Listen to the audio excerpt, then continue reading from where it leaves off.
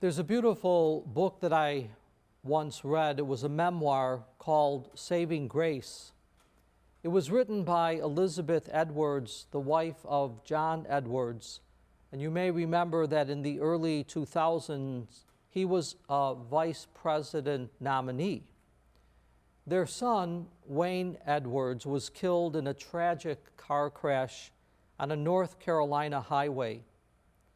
And in her memoir, Saving Grace, Elizabeth recalls the anguish of confronting every mother's darkest fear. And she said that she carried her son's picture with her everywhere and at any time or place. If her grief felt like it was going to overcome her, she would excuse herself and she would go to the restroom, take out the picture, and just hold it close to her heart.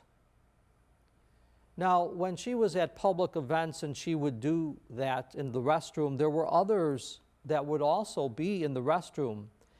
And she remembers and recalls how she would show them her son's picture and tell them about her son.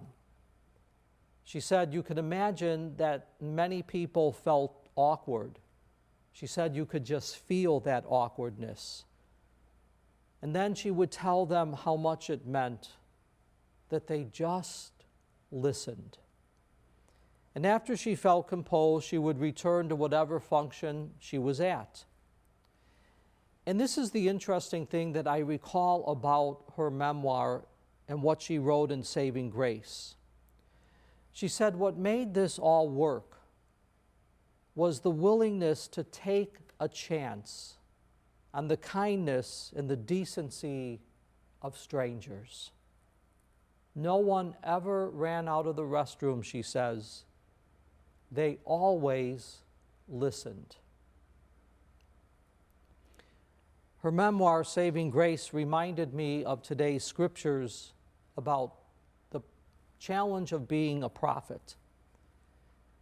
It reminds us that God speaks to us in the voice of prophets of every kind, in every time and place, and even in the darkest and the most challenging circumstances of life.